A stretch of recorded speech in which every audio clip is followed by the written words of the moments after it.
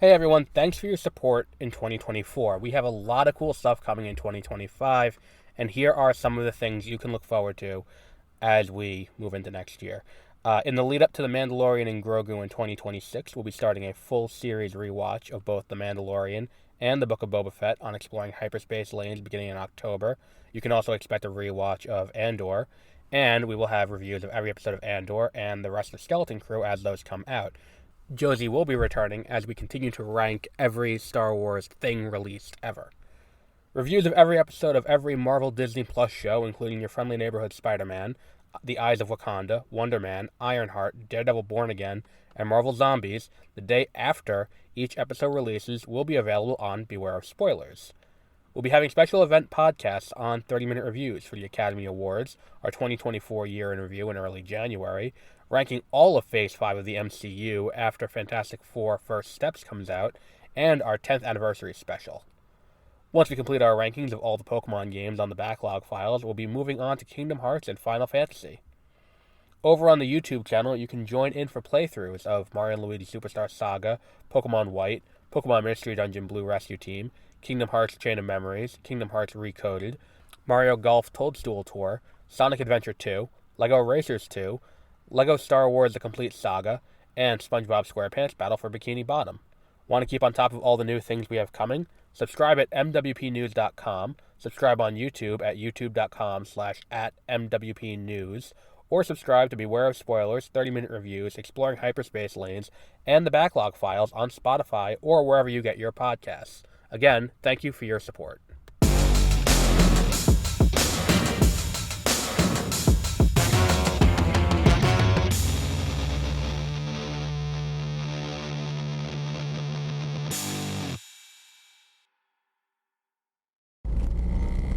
Good morning and happy Friday. Welcome to Beware of Spoilers. I am Adam. On this... it's still early spring, I guess. It's the second day of spring, so I guess unseasonably cold is probably incorrect. But it's definitely been warmer this year so far. I know it's Friday, and usually these episodes go up on Wednesday, but I actually got really sick Wednesday. Like, very sick. I went to bed feeling fine. Then around 3 in the morning, I woke up with a sore throat. And then I went back, I took some Advil, went back to bed. It got progressively worse, and then I woke up and it was really bad. I attempted to go to work, and I left like an hour later. I was like, I can't do this, I have to go. So, went home, slept the entire day, woke up the next morning after having woken up like hourly with, this continued issue. The sore throat's still a little bit there. Woke up hourly with this, and I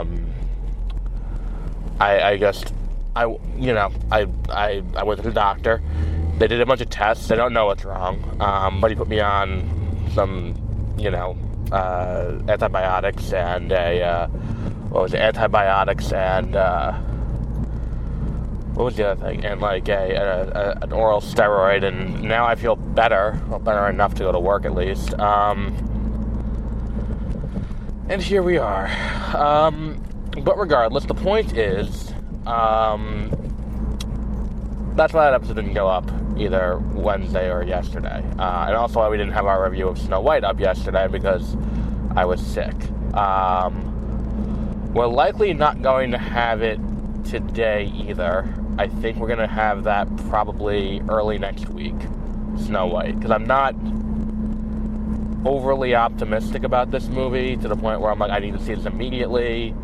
But at the same time, I'm like, I probably should, considering I've been complaining about Disney not promoting it and leaving it out to dry, so I didn't feel kind of hypocritical of me to not see it.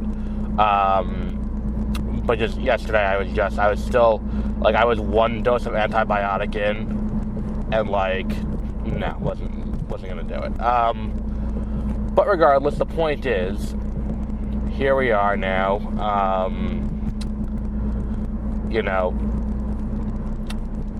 The 4th episode of Daredevil. I think it's episode 4 of 9, so we're about halfway through the season. We're not 100% halfway. We'll be like halfway through the season officially next week. Halfway through next week at that.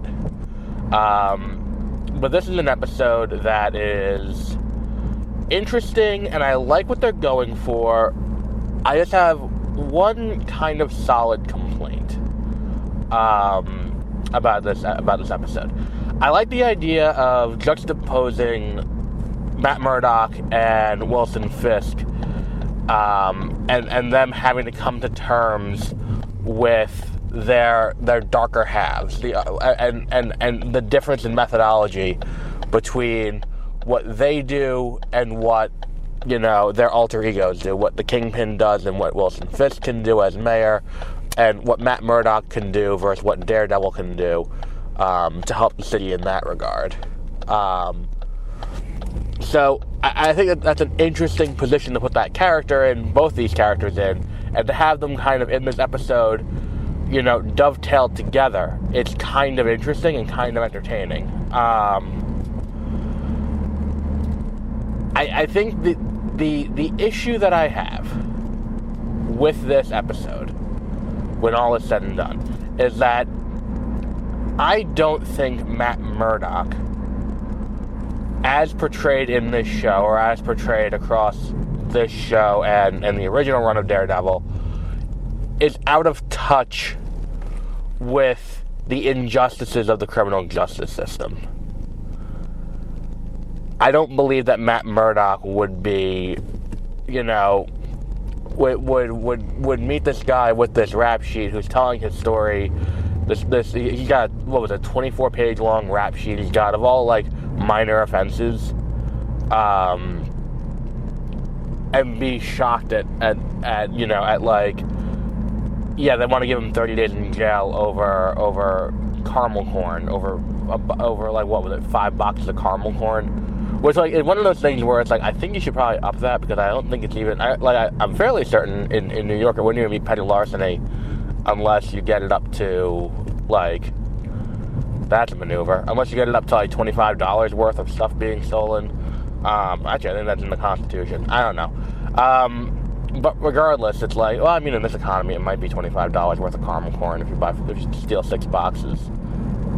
No, because if it's $4 a box, I don't know. We're getting into, you know, semantics here. But either way, the point is, it's like he gets the guy down for 10 days, and it's like, okay, great, we got you down in 10 days, and the guy's like, well, no, it's, you know, like.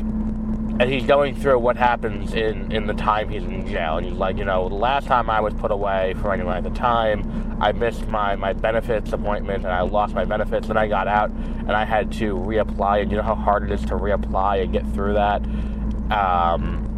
And it's one of those things where it's like they're dealing with real-world issues, but I don't believe that Matt Murdock would be... I don't believe that Matt Murdock would be completely, not tone deaf to it, but like he would be completely caught off guard by how the system works. That he needs to be reminded of it. And I also, looking at this episode, don't, like, it's not something that necessarily meshes with, like, obviously the thing that's going to mesh more with what he's trying to do is going to be the you know, the whole thing coming to terms with who it was that killed him trying to kill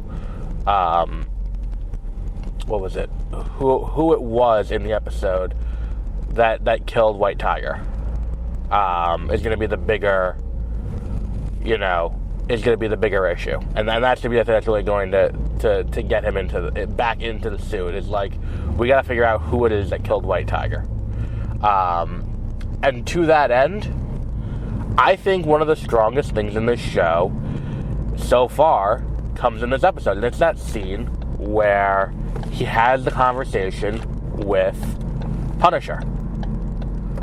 Like that moment where he meets Frank Castle in the basement of the shitty building, and Frank Castle's all disheveled and all of that. Like, that moment is genuinely fantastic. Where he's just like, you gotta do this, you know, because you want to. You have to do it, like, you know, it. You're not looking. You didn't come down here looking for information or help. You came down here looking for permission. Oh my God, this fucking truck in front of me. Like, you came down here looking for permission to get back into it, and him goading, you know, him goading Matt into saying, like, say his name about Bucky. Oh, good, they're turning this fucking light back on. How great. The quick tangent. I don't understand the point of the metered on-ramp for highways. I don't understand what it does. I don't understand how it helps. All it does is create traffic on the on-ramp, which is going to happen if you don't have that anyway. Like, it's just one of those things where it's like, why do we have this? What is it doing? Who is this for? But the idea that, like, you know, him needing to have that moment where he talks to,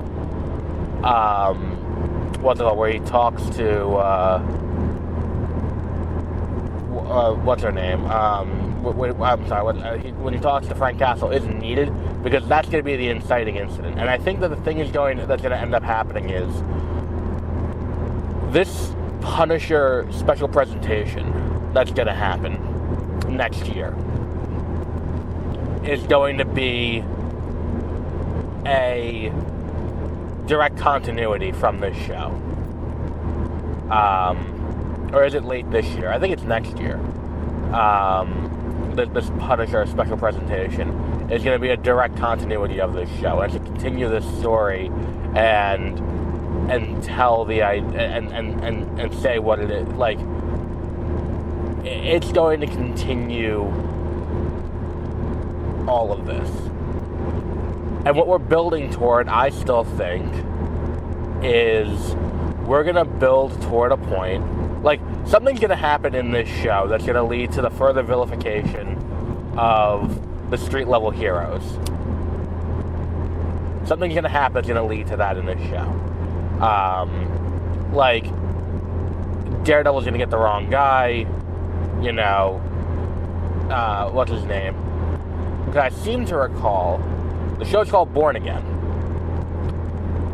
And in Born Again, doesn't Matt Murdock get his identity revealed? And isn't that a big part of it?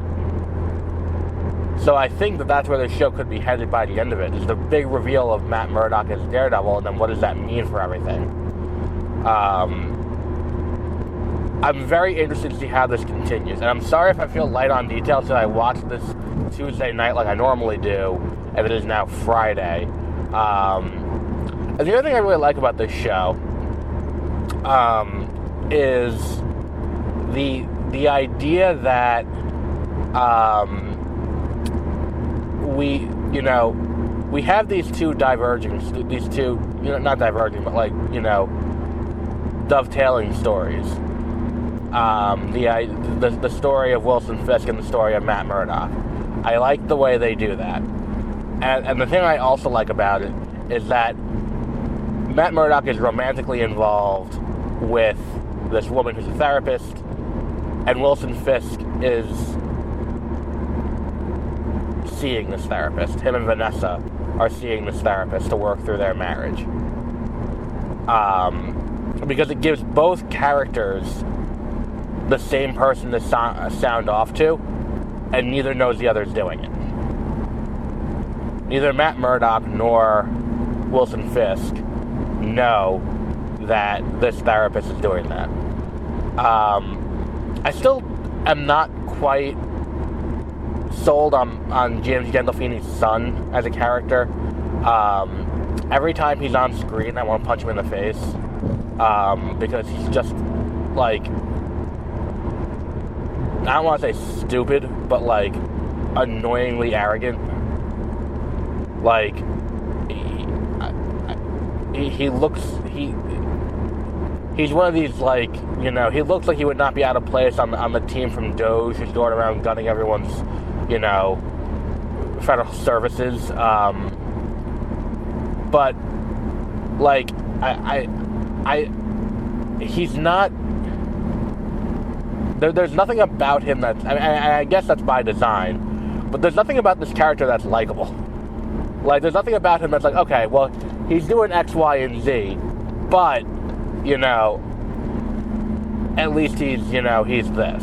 And it's like, no, he's just a guy who's completely committed to what Wilson Fisk wants to do. And I'm not entirely sure if that's something that I need from this show. Especially in someone so young. Like, this character is, you know, like, how old is he, like, supposed to be? He's, like, late 20s, early 30s. Like, I don't buy that this character is just kind of, like, you know, here to have fun, kind of. Like, I feel like there's an ulterior motive in mind with this guy. I feel like, here's the thing. James Gandolfini is known as Tony Soprano. That's his most famous role. Michael Gandolfini's, I think that's his name, Michael Gandolfini's first major role was in, what was it, The Many Saints of Newark it was called, the prequel show to The Sopranos, where he played young Tony Soprano. The Tony Soprano origin movie that was supposed to come out in theaters, but debuted on Max in day-and-date release. That was something that was kind of like it's like, okay, so he's not really divorced from the Tony Soprano role. We can't say he's necessarily divorced from that role. So why is he here? Because, like, I see him, I think Tony Soprano, and not because of his portrayal in The Many Saints of Newark, or whatever the name of that movie was, but because of his father. Like, so, what is he doing here? Like, it's gonna be one thing when, spoilers for the ballad,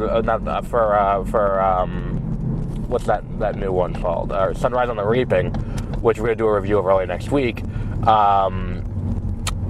Spoilers for that, but, like, Plutarch's in there. And we know the movie's coming out in, We know the movie's coming out in next November. I think there's a solid chance that Philip Seymour Hoffman's son, you know, from Licorice Pizza, ends up playing Plutarch. Like, and it's going to be one of those things where it's like, okay, he's a good actor, he did well in that movie, and we'll see him let's see if he can play his father's role and see how that goes. I don't see Michael Gandolfini playing just some schmuck from Staten Island who's really into Wilson Fisk. I feel like there's gotta be some kind of fuckery afoot. Like, I don't think he's just a sycophant. I think there's more to this. And I'm very interested to see what angle they pull to do that. Because I think it'd be a waste of the character to an extent to have this guy not have some kind of machinations he's dealing with behind the scenes. Like, to not have him be trying something else. But we'll see. I also like that they're setting up White Tiger in the future. The niece showing up to pick up the remains and her getting the mystical amulet that they keep saying exactly like that. Like, it's such a weird thing. I don't know why it feels so weird in this show, but, like, the idea that, like, we have now on 2 separate occasions had someone say mystical amulet, and both times I'm like, okay, sure. Like, and that was the thing where it's like they like, he says it the first time in Judge's Chambers. I'm like, oh, mystical amulet, okay, got it, moving on. And the same thing happens again when he does it in when he says it in court with the mystical amulet. Like, I was like, okay, well, mystical amulet. Well, now she's got the mystical amulet, so she will get to put on a suit and be her own hero, which is great because I think they want to build toward Young Avengers, so here's White Tiger. So let's see how this goes. I wonder if she suits up in this show. I think that girl looks a little young for what they're going to do, but we'll see. What else have we got? I feel like there was more that I wanted to talk about with this, but I did really enjoy this episode. I think this show is probably the best of Marvel television. I don't think Matt Murdock would be that divorced. I mean, didn't he work for the DA's office at some point?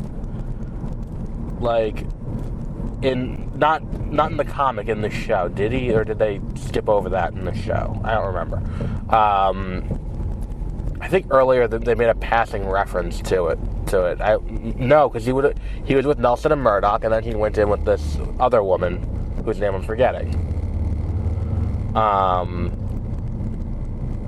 But yeah, I mean, we'll wrap up there for today.